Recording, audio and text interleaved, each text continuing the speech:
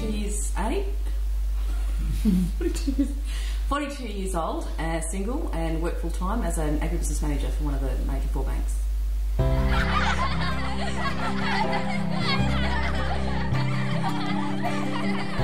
I always thought that I'd get married and have kids, and when I turned 40 a couple of years ago, I kind of realised that that probably wasn't going to happen. So I thought I'd better go out and make my own family, and so I did a big investigation and found out that I could become a foster carer.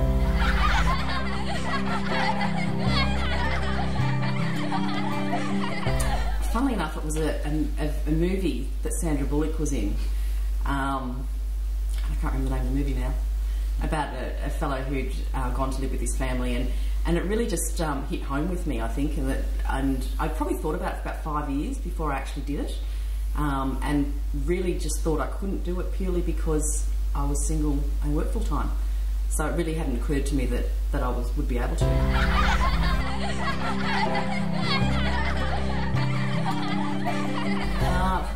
It'll be coming up 2 years now.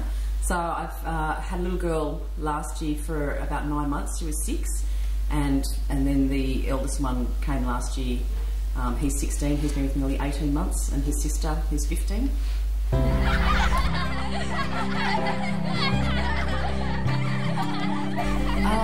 Some ladies I had met had suggested I go and have a chat to Mallee Family Care. I'd mentioned something about thinking about trying to be a foster carer, and they said, look, why don't you just go and have a chat to them and see what's possible, mainly because I'd always thought that I wouldn't be able to be a foster carer, and they sort of put a few ideas in my mind that maybe I could. Yeah, so I went and found out about it, and that was that. They're amazing. Our lady Sharon is just, she does everything for us. You know, if I'm flat out at work and get caught up with work, she'll jump in and make the kids' doctor's appointments for me and dentist appointments, and send me little reminders so I don't forget their appointments, and occasionally when I've been away with work, she'll actually go to the dentist. She's actually picked one of them up from school before and taken them to the dentist for me, and things like that. So yeah, no, they are very good.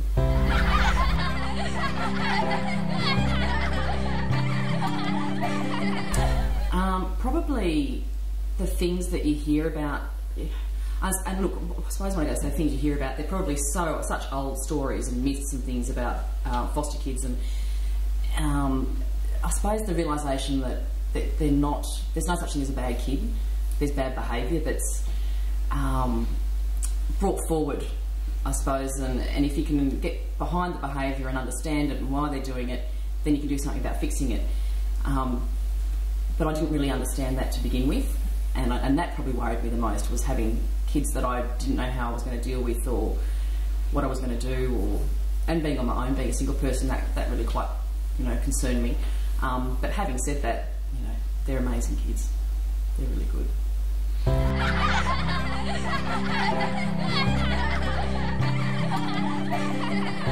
Look, being a foster carer is great. The kids are amazing. They're so resilient. Like, it astounds me at just what great kids they are, and I get a lot out of it. Little things like, 16-year-old boys don't really give a lot of affection back, and that you don't expect to get anything back from them. And every now and then you'll get a wave across a field or something, and you think, oh wow, he's actually turned to me and waved to me. Little things that they just say and do here and there, and you kind of realise that they are becoming quite attached to you, and they do trust you. And that's a really, really good feeling. It's probably also wanting to feel needed as a person. That was something that I was probably missing out on, being single, working full time. My life was very much just about my work and my customers, and I really needed something more in it. So this has made it all worthwhile.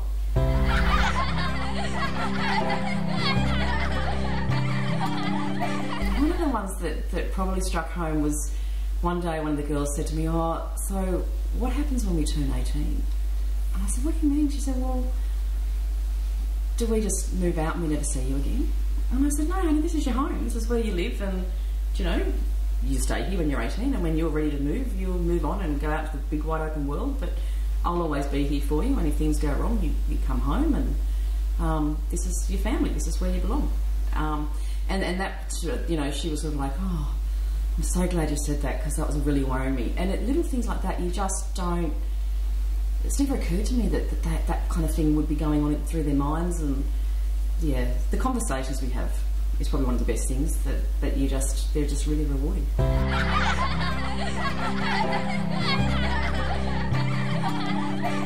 Just go ahead and do it. Yeah, absolutely. Find out a bit more about it. The realisation that they are great kids. A lot of the things that you hear from other people, or stories that go around, until you've actually given it a go, I don't think you can listen to what anyone else says. You've just got to try it. Yeah, absolutely.